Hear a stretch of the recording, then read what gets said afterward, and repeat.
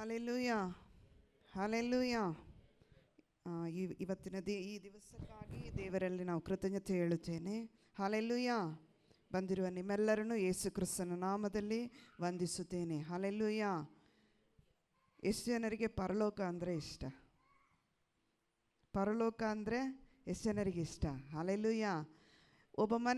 ಉಲಗತ್ತಲ್ಲೇ ನಮ್ಮ ಒಬ್ಬ ಮನುಷ್ಯನನ್ನು ನೋಡುವಾಗ ಆ ಮನುಷ್ಯನ ಗುಣ ಏನು, ಸ್ವಭಾವವೇನು ಅಂತೇಳಿ ನಾವು ನೋಡ್ತೀವಿ. ಹಲ್ಲೆಲೂಯಾ. ಆ ಮನುಷ್ಯನ ಗುಣ ಏನು, ಸ್ವಭಾವವೇನು, ಆತನು ಹೇಗೆ ವರ್ತಿಸುತ್ತಾನೆ, ಏಕೆ ಇರುತ್ತಾನೆ, ಎಲ್ಲ ನಾವು ನೋಡುತ್ತೀವಿ. ಹಲ್ಲೆಲೂಯಾ. ಹಾಗಾದರೆ ಈ ಪರಲೋಕಕ್ಕೆ ಒಂದು ಗುಣಲಕ್ಷಣ ಇದೆ. ஹல்லேலூயா. பரலோகத்துக்கு ஒரு குணம் இருக்குது. ஹல்லேலூயா. அப்போ ಅದು என்ன ಗುಣ, ಯಾವ ಗುಣ ಅದು ಎಂಬುದಾಗಿ ನಾವು ಸತ್ಯವೇದದಿಂದ ಇವತ್ತು ಕೆಲವು ಕಾರ್ಯಗಳನ್ನು ಕಲಿಯೋಣ. ಹಲ್ಲೇಲೂಯಾ. ಪರಲೋಕ ನೋಡಲಿಕ್ಕೆ ಭಾಳ ಸುಂದರವಾಗಿರುತ್ತದೆ. ಹಲ್ಲೇಲೂಯಾ. ಪರಲೋಕ ಅಂದರೆ ಭಾಳ ಸುಂದರವಾಗಿ ಇರುತ್ತದೆ ಅಂತೇಳಿ ನಾವು ಗ್ರಹಿಕೆಗೆ ನಾವು ತಂದುಕೊಳ್ತೀವಿ.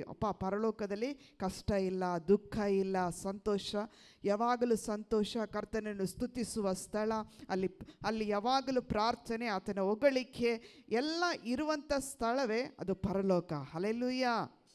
ಅಲ್ಲಿ ನಿದ್ರೆ ಇಲ್ಲ. தூங்கணும் வந்தால் உலகத்தில் மட்டும்தான் நீங்கள் தூங்க முடியும். ஹல்லேலூயா. கல்லறைக்கு போகிற வரைக்கும் மட்டும்தான் நம்ம தூங்க முடியும். ஹல்லேಲೂಯಾ. ಸಮಾಧಿಗೆ ಹೋಗುವವರೆಗೆ ಮಾತ್ರ ನಾವು ನಿದ್ರಿಸಲಿಕ್ಕೆ ಈ ಲೋಕದಲ್ಲಿ ಸಾಧ್ಯತೆ ಉಂಟು. ಹಲ್ಲೇಲೂಯಾ. ಹಾಗಾದರೆ ಈ ಪರಲೋಕದ ಗುಣದ ಕುರಿತು 7 ಕಾರ್ಯಗಳನ್ನು ಇವತ್ತು ನಾನು ನಿಮಗೆ ತಿಳಿಸಿಕೊಡುತ್ತೇನೆ. ಹಲ್ಲೇಲೂಯಾ. அப்போது நான் சொன்ன காரியங்கள் ಈ ದೇವರ ವಾಕ್ಯದ ಅನುಗುಣವಾಗಿ ಇದೆಯಾ, ನಮ್ಮ ಯೋಚನೆಯಲ್ಲಿ ಇರುವಂಥ ಕಾರ್ಯಗಳು ಈ ಸತ್ಯವೇದದ ಅನುಗುಣವಾಗಿ ಇದೆಯಾ ಎಂಬುದಾಗಿ ನಾವು ಓದೋಣ. ಹಲ್ಲೇಲೂಯಾ. ಲೂಕ 15வது அதிகாரம் 7வது வசனம். லூக் 15:7.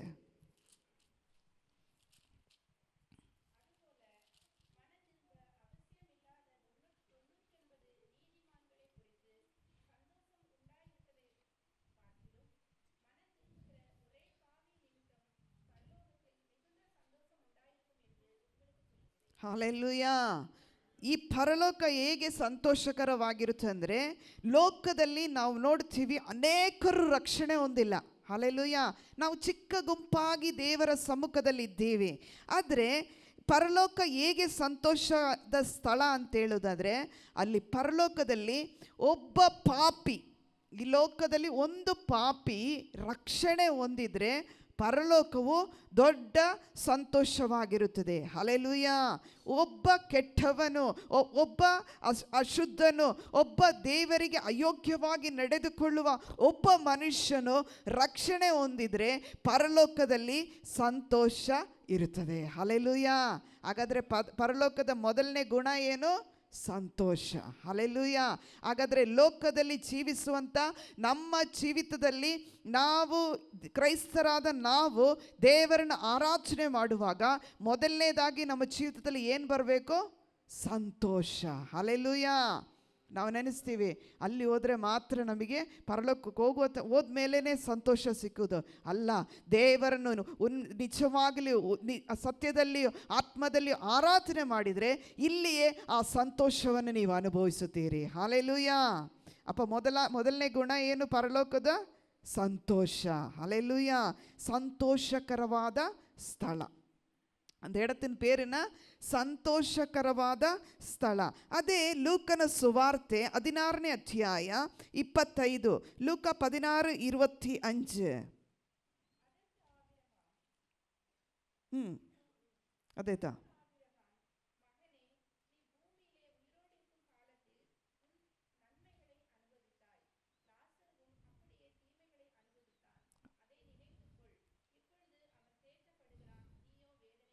ಹಲ್ಲೇಲೂಯಾ.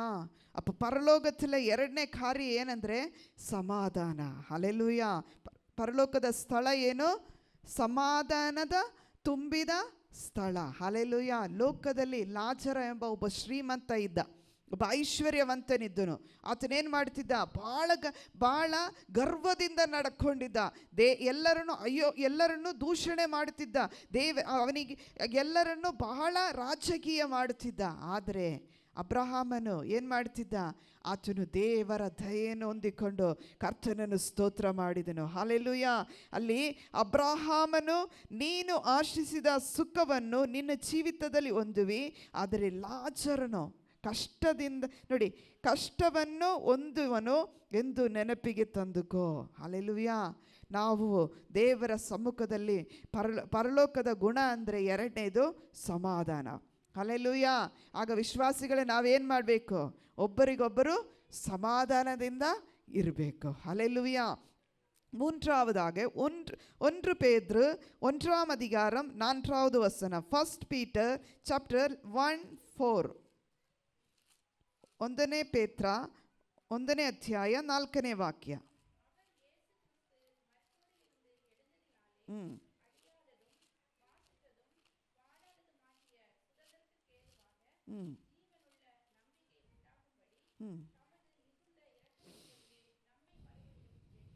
ಹಲ್ಲೆಲೂಯ. ನಮ್ಮನ್ನು ಯಾಕೆ ಕ್ರಿಸ್ತನಲ್ಲಿ ಹುಟ್ಟಿಸಿದನೆಂದರೆ, ಅಲ್ಲಿ ನಮಗೆ ಜೀವ ಇದೆ ಅಂತೇಳಿ, ನಮಗೆ ಪರಲೋಕದಲ್ಲಿ ಒಂದು ಬಾಧ್ಯತೆ ಜೀವಿತ ದೇವರು ಇಟ್ಟಿದ್ದಾನಂತೇಳಿ ಯಾಕೆ ಹೇಳ್ತೀವಂದರೆ, ಸಾಧಾರಣ ಸುಮ್ಮನೆ ಅಲ್ಲ. ಇಲ್ಲಿ ನಾವು ಪಾಪದ ಪಾಲಿಗೆ ಸತ್ತು ರಕ್ಷಣೆ ಹೊಂದಿದ ಮೇಲೆ, ಸತ್ತ ಮೇಲೆ ನಮಗೊಂದು ಜೀವಿತ ಪರಲೋಕದಲ್ಲಿ ಇದೆ ಅಂತ ಹೇಳೋದು ಯಾಕಂದರೆ ಒಂದು ಬಾಧ್ಯತೆ ಇಟ್ಟಿದ್ದಾನೆ. ಹಲ್ಲೆಲೂಯ. ಅಲ್ಲಿ ನಮಗೆ ಒಂದು ಬಾಧ್ಯತೆಯನ್ನು ದೇವರು ಇಟ್ಟಿದ್ದಾನೆ. ಹಾಗಾದರೆ ನಮ್ಮ ಜೀವಿತದಲ್ಲಿ ಇದು ಅಂತ್ಯವಲ್ಲ. ಲೋಕದಲ್ಲಿ ಪಡುವ ಕಷ್ಟಗಳು, ಪ್ರಯಾಸಗಳು ಅಥವಾ ಇಕ್ಕಟ್ಟು ನಮ್ಮ ಜೀವಿತದಲ್ಲಿ ಇದೇ ಅಂತ್ಯ ಅಲ್ಲ. ಪರಲೋಕಕ್ಕೆ ಹೋದ್ಮೇಲೆ ಏನಿದೆ? ಬಾಧ್ಯತೆ. ಹಲ್ಲೆಲೂಯ. ಬಾಧ್ಯತೆ ಇಟ್ಟಿರುವ ಸ್ಥಳ. ಹಲ್ಲೆಲೂಯ. மூன்றாவதாக 2 பேதுரு 3ஆம் அதிகாரம் 13வது வசனம். 2 பேதுரு 3ஆம் அதிகாரம் 13வது வசனம். 2 Peter chapter 3:13.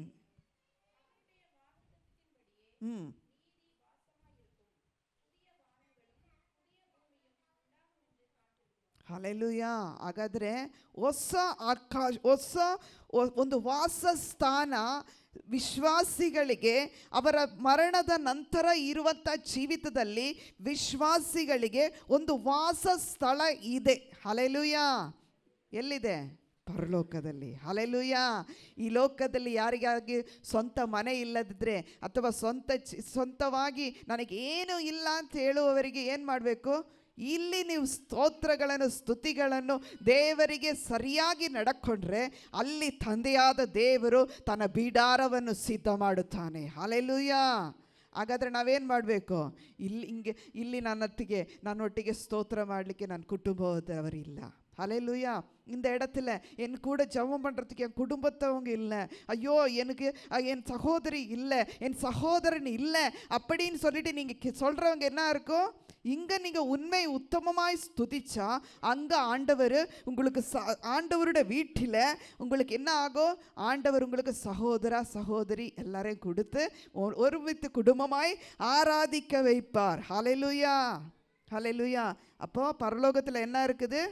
நீதிய வாசஸ்தலம். ஹல்லேலூயா. பரலோகத்தில் எனக்கு என்ன உண்டு? ஒரு நீதிய வாசஸ்தலம். அதுக்கு தான் இந்த உலகத்தில் இருக்கும்போது நீதியாக வாழுங்க, உண்மையாய் வாழுங்க, ஒரு பைசால கூட உண்மையாய் இருக்க பாருங்க அப்படின்னு. ஹல்லேಲೂಯಾ. ಯಾಕಂದರೆ ದೇವರು ನಮಗೆ ನಿಜವುಳ್ಳವರಾಗಿ ಜೀವಿಸಿರಿ, ನಿಜವುಳ್ಳವರಾಗಿ ಜೀವಿಸಿರಿ. ஹல்லேலூயா. பரலோகத்தின் ஒரு குணம் அதுதான். ஹல்லேலூயா. அஞ்சாவதாக பிரகடனே 7:15. Revolution chapter 7:15. வெளிப்பாடு 7ஆம் அதிகாரம் 15வது வசனம்.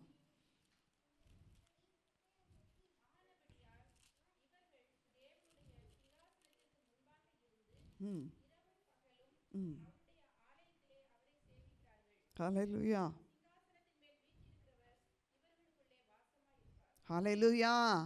இன்னைக்கு நம்ம பார்க்குறோம் உலகத்தில் ಆಲಯಕ್ಕೆ ಬಂದು ಜೋಮ್ பண்ணுங்க சொன்னா என்ன பண்ணுவீங்க? ಏನು ಹೇಳ್ತೀರಿ? ಆಲಯಕ್ಕೆ ಬಂದು ಪ್ರಾರ್ಥನೆ ಮಾಡ್ರಿ ಅಂತ ಹೇಳುವಾಗ ಹೇಗೆ ಹೇಳ್ತೀರಿ ನೀವು? ಸೇ ಹಂಗೆ ಇಲ್ಲಿ ನಮಗೆ ಸೇವೆ ಮಾಡಲಿಕ್ಕೆ ಸ್ಥಳ ಕೊಟ್ಟಿಲ್ಲ. ಕೆಲವರು ಹಂಗೆ ಸಭೆಯಲ್ಲಿ ಕೋಪ ಮಾಡ್ಕೊಂಡು ಹೋಗ್ತಾರೆ. ಏನು ಮಾಡ್ತಾರೆ? ಕೋಪ ಮಾಡ್ಕೊಂಡು ಹೋಗ್ತಾರೆ. ನನಗೆ ಹಾಡಲಿಕ್ಕೆ ಮೈಕ್ ಕೊಟ್ಟಿಲ್ಲ, ನನಗೆ ಪ್ರಸಂಗ ಮಾಡಲಿಕ್ಕೆ ಮೈಕ್ ಕೊಟ್ಟಿಲ್ಲ, ಸಭೆಗೆ ಬಂದ ತಕ್ಷಣ ಬೈಬಲ್ ಓದಲಿಕ್ಕೆ ಅವಕಾಶ ಕೊಟ್ಟಿಲ್ಲ ಅಂತೇಳಿ. ಆದರೆ ಲೋಕದಲ್ಲಿ ದೇವರ ಸೇವೆಯ ಮಾಡುವ ಸ್ಥಳ ಇಲ್ಲಿ ಮಾತ್ರ ಅಲ್ಲ, ಪರಲೋಕದಲ್ಲಿ ಇದೆ. ಹಲ್ಲೆಲೂಯಾ. ಅಲ್ಲೂ ನಿಮಗೆ ಸೇವೆ ಮಾಡಲಿಕ್ಕೆ ಅನುಕೂಲ ಉಂಟು. ಇಲ್ಲೂ ನೀವು ದೇವರನ್ನು ಚೆನ್ನಾಗಿ ಸ್ತುತಿಸಿ ಆರಾಧನೆ ಮಾಡಿ ದೇವರ ವಾಕ್ಯವನ್ನು ಓದಿ ಈ ವಾಕ್ಯದ ಅನುಸಾರವಾಗಿ ನಡೆದುಕೊಂಡ್ರೆ ನಮಗೆ ಒಂದು ಮರಣದ ನಂತರದ ಜೀವಿತದಲ್ಲಿ ಕೂಡ ಪರಲೋಕದಲ್ಲಿ ದೇವರ ಸೇವೆ ಮಾಡುವ ಸ್ಥಳ ಅಲ್ಲಿಯೂ ಇದೆ. Hallelujah, hallelujah.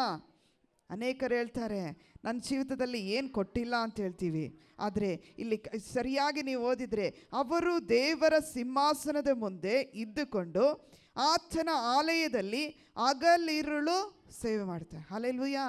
ಇಲ್ಲಿ ನಾವು ಭಾನುವಾರ ಸೇವೆ ಮಾಡ್ತೀವಿ, ಅಥವಾ ವಾರದ ಮಧ್ಯ ದಿವಸಗಳಲ್ಲಿ ಸೇವೆ ಮಾಡುತ್ತೀವಿ, ಅಥವಾ ಇಡೀ ದಿನ ನಾವು ಇದೇ ರೀತಿ ಕೂಡಿಕೊಂಡು ಆರಾಧನೆ ಮಾಡೋದಿಲ್ಲ. ಹಲ್ಲೆಲೂಯಾ. ಅಲ್ಲಿ ಏನಿದೆ? ಹಗಲಿರುಳು, ಪಗಲು ರಾತ್ರಿಯು ಕರ್ತರೆ ತುದಿಕಿರಂಗ. ಹಲ್ಲೆಲೂಯಾ. ಸಿಂಹಾಸನದಲ್ಲಿ ಕೂತಿರುವಾತನು ಗುಡಾರದಂತೆ ಅವರನ್ನು ಆವರಿಸಿಕೊಳ್ಳುವನು. ஹல்லேலூயா. ஒரு வீட்டை போல அப்படி அசைவாடிக்கொண்டிருப்பார். ஹல்லேலூயா. இன்னைக்கு என்னையும் உங்களையும் ஒரே குடும்பத்தை போல ஆண்டவர் சேர்த்து பிடிக்கணுமா இருந்தால் நம்ம இன்னும் எவ்வளோ பரிசுத்தமாக வாழணும், இன்னும் எப்படி வாழணும்னு சொல்லிட்டு தான் நம்ம வேதத்தின் அடிப்படையில் கற்றுக்கொள்ளணும். ஹல்லேலூயா. அதே 15ஆவதுல 2வது காரியம் அந்த இடத்துல என்ன சொல்லப்பட்டிருக்குது? ಗುಡಾರವು ಅವರನ್ನು ಆವರಿಸುವನು. ಹಲ್ಲೆಲೂಯಾ. ನಾವು ಮಾಡುವಂಥ ಸ್ತುತಿಗಳು, ಸ್ತೋತ್ರಗಳು, ಆತನ ಕೃತಜ್ಞತೆಯು ಏನು ಹೇಳ್ತದೆ? ನಮ್ಮನ್ನು ಆವರಿಸಿಕೊಳ್ಳುತ್ತದೆ. ಹಲ್ಲೆಲೂಯಾ. ನಮ್ಮ ಜೀವಿತದಲ್ಲಿ ಕೆಟ್ಟದಾಗ್ತದೋ ಒಳ್ಳೆಯದಾಗ್ತದೋ ದೇವರನ್ನು ನಂಬಿದ ಮೇಲೆ ಒಂದು ವೇಳೆ ನಮ್ಮ ಜೀವಿತದಲ್ಲಿ ಕೆಟ್ಟದಂದರೆ ನಾವು ನಷ್ಟಪಡಿಸಬಹುದು. ಹಲ್ಲೆಲೂಯಾ.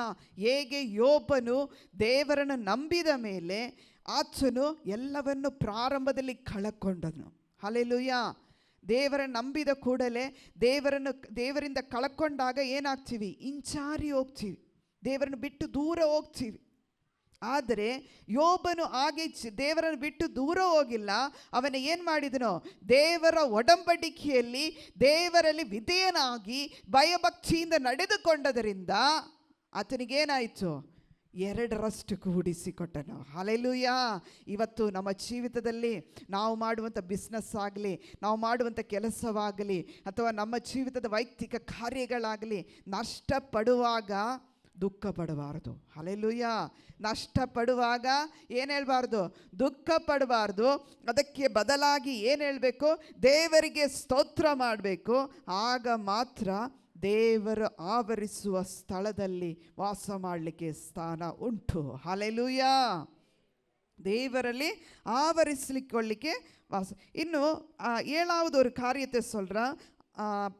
அந்த வெளிப்பாடு 4ஆம் அதிகாரம் 8-11. வெளிப்பாடு 4ஆம் அதிகாரம் 8-11. ಹಲ್ಲೆಲೂಯಾ.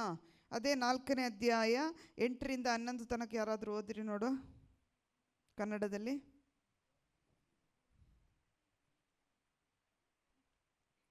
ಆ 4 ಜೀವಿಗಳಿಗೆ ಒಂದೊಂದಕ್ಕೆ 6 ರೆಕ್ಕೆಗಳಿದ್ದವು. ಆ ಜೀವಿಗಳ ಸುತ್ತಲೂ ಒಳಗೂ ತುಂಬ ಕಣ್ಣುಗಳಿದ್ದವು. ಆ ಜೀವಿಗಳು ಹಗಲಿರುಳು ವಿಶ್ರಮಿಸಿಕೊಳ್ಳದೆ ದೇವರಾದ ಕರ್ತನನ್ನು ಪರಿಶುದ್ಧನು ಪರಿಶುದ್ಧನು, ಆತನ ಸರ್ವಶಕ್ತನು, ವರ್ತಮಾನ ಭೂತ ಭವಿಷ್ಯತ್ ಕಾಲದಲ್ಲಿ ಇರುವಂಥವನು ಎಂದು ಹೇಳಿದನು. ಯುಗ ಯುಗಾಂತರಗಳಲ್ಲಿಯೂ ಜೀವಿಸುವ ಸಿಂಹಾಸನದ ಮೇಲೆ ಕೂತಿರುವವನಿಗೆ ಆ 4 ಜೀವಿಗಳ ಪ್ರಭಾವ ಕೃತಜ್ಞತಾ ಸ್ತುತಿಯನ್ನು ಸಲ್ಲಿಸುವಾಗ 24 ಮಂದಿ ಹಿರಿಯರು ಸಿಂಹಾಸನದ ಮೇಲೆ ಕೂತಿರುವಾತನನ್ನು ಬಿದ್ದು ತಮ್ಮ ಕಿರೀಟವನ್ನು ಸಿಂಹಾಸನದ ಮುಂದೆ ಹಾಕಿ, ಕರ್ತನೇ ನಮ್ಮ ದೇವರೇ, ನೀನು ಪ್ರಭಾವ ಮಾನ ಫಲ ಹೊಂದುವುದಕ್ಕೆ ಯೋಗ್ಯನಾಗಿದ್ದಿ. ಸರ್ವಶಕ್ತನನ್ನು ಸೃಷ್ಟಿಸಿದವನು ನೀನಲ್ಲವೋ? ಎಲ್ಲವೂ ನಿನ್ನ ಚಿತ್ತದಿಂದಲೇ ಇದ್ದವು, ನಿನ್ನ ಚಿತ್ತದಿಂದಲೇ ನಿರ್ಮಿತವಾದವು ಎಂದು ಹೇಳುತ್ತಾನೆ. ಯುಗ ಯುಗಾಂತರಗಳಲ್ಲಿ ஜீவிಸುவாத்தனನ್ನು ஆராதிசுத்தாரே. ஹல்லேலூயா. அப்போ பரலோகத்தில் என்ன இருக்குது? ஆராதனை மாடுவ ஸ்தலம். ஹல்லேலூயா. பரலோகத்தில் இங்கே மட்டும் ஆராதனை பண்ணுறதில்ல. இப்போ ஒரு முக்கால் மணிக்கூர் நம்ம ஆராதித்தோம். இதே போல் ஆராதனை எங்கே செய்யணும்? உங்கள் வீட்டில், அதுவா இங்கே ஆலயத்தில் வரும்போது உங்களை ಆರಾಧಿக்கணும். ಹಲ್ಲೆಲೂಯಾ. ಆರಾಧನೆ ಅಂದರೆ ಆರಾಧನೆಯಲ್ಲೇ ನಮಗೆ ಬಿಡುಗಡೆ ಆಗ್ತದೆ. ಹಲ್ಲೆಲೂಯಾ. ಶಾರೀರಿಕ ಬಿಡುಗಡೆ ಆಗ್ತದೆ, ಆತ್ಮಿಕ ಬಿಡುಗಡೆ, ಭೌತಿಕ ಬಿಡುಗಡೆ, ಆರ್ಥಿಕ ಬಿಡುಗಡೆ, ಎಲ್ಲ ರೀತಿ ಬಿಡುಗಡೆ எங்கே கிடைக்கும்? ஆராதனை நடுவில் தான். ஹல்லேலூயா. கட்டுகள் அறுக்கப்படுறது இந்த இடத்துல ஆராதனை நடுவில் தான். ஆராதிக்கும் போது ஒருவேளை சாரீரிக விடுதலையாக இருக்கலாம், ஆத்மிக விடுதலையாக இருக்கலாம், ஒருவேளை நம்ம பௌத்திகமாய் நம்மளுக்கு ஏதாவது வஸ்துகள் தேவைப்பட்டு அந்த ஒரு விடுதலையாக இருக்கலாம். இதெல்லாம் விடுதலை எங்கே கிடைக்கும்? தேவனுடைய சமூகத்தில் ஆராதிக்கும் போது. ஹல்லேலூயா. அப்போ பரலோகத்தில் முதல் குணம் எது? சந்தோஷம். சந்தோஷದ ಸ್ಥಳ. ஹல்லேலூயா. ரெண்டாவது என்ன ஸ்தலம்? சமாதானத்தின் ஸ்தலம். ஹல்லேலூயா. இந்த ஸ்தலத்தை பார்க்கும்போது நான் நினச்சிக்கிட்டேன், ஆண்டவரே இந்த மாதிரி ஏதாவது ஒரு ஸ்தலத்தில் என்னை போட்டிருப்பா அப்படின்னு யோசித்தேன். ஹல்லேலூயா. ஏதாவது ஒரு இடத்துல நம்மளை போட்டுக்கோ அப்படின்னு. அப்போ ஏன் அப்படி யோசித்தேன்னா, தேவனை ஆராதிக்கிறவங்களுக்கு எல்லாருக்கும் என்ன இருக்குது? ஒரு பவிஷ்யத்து உண்டு. ஹல்லேலூயா. ஒரு நல்ல பவிஷ்யம் உண்டு. தேவனை ஆராதிக்கிற, ஸ்துதிக்கிற, ஜெபிக்கிற ஒருத்தருக்கும் என்ன இருக்குது? நல்ல ஒரு வாழ்க்கையில் ஒரு முன்னேற்றம் உண்டு. ஹல்லேலூயா. இந்த இப்போ நிறைய பேர் நம்ம சொல்லுவோம், ஐயோ நான் ஜெபிக்கிறேன், எனக்கு ஒன்றும் கிடைக்கல. நான் சொல்கிறேன், நீங்கள் ஒரு ஆள் ஜெபிக்கும் போது அடுத்தவங்க என்ன பண்ணணும்? தூங்கக்கூடாது. அவங்க ஜெபிக்கிறாங்களே, ஒரு பாயிண்ட்டுக்காக ஜெபிக்கிறாங்களே, அமைதியாக மனசுக்குள்ளே ஸ்தோத்திரம் சொல்கிறேன் வேண்டாம். நீங்கள் ஆலயத்துக்குள்ளே வந்த பின்னால் என்ன பண்ணணும்? கட்டியாக ஸ்தோத்திரம் பண்ணு. உங்கள் பிள்ளைங்களுக்கு சொல்லி கொடுக்கணும். ஜெபிக்கும் போது என்ன பண்ணணும்? ஸ்தோத்திரம் பண்ணு, ஸ்தோத்திரம் பண்ணு. வாய் இடவிடாமல் ஸ்தோத்திரத்தை சொல்லு. ஆண்டவரே நீர் பரிசுத்தர், பரிசுத்தர். பாருங்கள், பரலோகத்தில் என்ன இருக்குது? ದೇವರಾದ ಕರ್ತನು ಪರಿಶುದ್ಧನು, ಪರಿಶುದ್ಧನು ಆತನು சர்வசக்தனு. வர்த்தமான இந்த காலத்தில், பூத்தகால போன காலத்தில், அடுத்த பவிஷ்யத் காலத்தில் என்ன இருக்குது? அவர் பரிசுத்தர், பரிசுத்தர்னு சொல்லிட்டு அங்கே தூதன்மார் கர்த்தரை துதித்து கொண்டிருக்கிறார். ஹல்லேலூயா. இன்னைக்கு நம்மளுக்கு துதிக்க சொல்லும்போது, ஐயோ அவங்க பார்ப்பாங்கோ, சரி அவங்க பார்த்தாலும் பரவாயில்ல. நான் சொல்கிறேன், நீங்கள் அப்படி பார்த்தாலும் பரவாயில்ல. நீங்கள் யாரை சந்திக்கிறதுக்காக வந்தீங்க? தேவனை சந்திக்கிறதுக்காக. ஹல்லேலூயா. அப்போ ஆராதனை பண்ணும்போது நீங்கள் யாரையும் பார்க்க கூடாது. ஹல்லேலூயா. உங்களுக்கு தேவனுக்கு இருவ சம்பந்தத்தை என்ன பண்ணணும்? கட்டியாக பிடித்து கொள்ளலாம். ஹல்லேலூயா. தேவனோட இருக்கிற ஐக்கியத்தை கூட்டி கொள்ளணும். ஹல்லேலூயா. அதுக்கு தான் சொல்லிட்டு, முதலாவது சந்தோஷದ ஸ்தலம், ரெண்டாவது சமாதானம் நிறைந்த ஸ்தலம், மூன்றாவது ஒரு பாத்தியத்தை, நம்மளுக்கு ஒரு ஆண்டவர் ஒரு பொக்கிஷத்தை வைத்திருக்கிற ஸ்தலம், நான்காவது நீதிய வாசஸ்தலம். ஹல்லேலூயா. ஐந்தாவது தேவனுடைய ஊழியத்தின் இடம். ஹல்லேலூயா. ஊழியம் செய்யறதுக்கு யாருக்கெல்லாம் வாஞ்சி இருக்குதோ அதுக்கு ஒரு இடத்தை கர்த்தர் ஆயத்தப்படுத்தி இருக்கிறார். ஆறாவதாக அவருடைய பிரசன்னம் நிறைந்திருக்கிற ஒரு ஸ்தலம். ஏழாவதாக ஆராதனை செய்கிற ஸ்தலம். ஹல்லேலூயா. பரலோகத்தின் குணம் தெரிஞ்சிச்சா உங்களுக்கு? ஏதாவது சந்தேகம் இருக்குதா? ஹல்லேலூயா. அப்போ நம்மளுக்கெல்லாம் ஒரு குணம் உண்டு.